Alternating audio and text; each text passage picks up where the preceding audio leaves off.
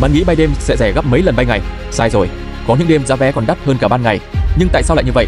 Có 4 trường hợp vé bay đêm có thể đắt hơn cả bay ban ngày. Thứ 1, dịp lễ, Tết. Trong các đợt cao điểm như Tết Nguyên đán, 30 tháng 4, 2 tháng 9, nhu cầu quá lớn khiến mọi chuyến bay đều kín khách. Thứ hai, chuyến bay đầu sáng hoặc cuối ngày, nhiều người đi công tác thích bay thật sớm để kịp làm việc hoặc bay muộn để tiết kiệm thời gian. Vì vậy các chuyến 5 đến 7 giờ sáng hoặc 21 đến 23 giờ đêm thường có nhu cầu rất cao. Thứ ba, chặng bay du lịch hot, các tuyến như Hà Nội, Phú Quốc, Thành phố Hồ Chí Minh, Đà Nẵng vào mùa du lịch có thể khiến vé đêm tăng mạnh vì khách muốn tối lên máy bay, sáng đến nơi chơi luôn. Thứ 4, khi chỉ còn ít ghế, hãng hàng không dùng hệ thống giá vé động. Nếu chuyến đêm sắp kín chỗ, giá sẽ tự động tăng dù giờ bay không đẹp. Vậy nên đừng nghĩ cứ bay đêm là rẻ.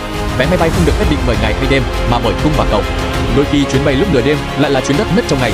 Bạn đã từng gặp trường hợp đó chưa?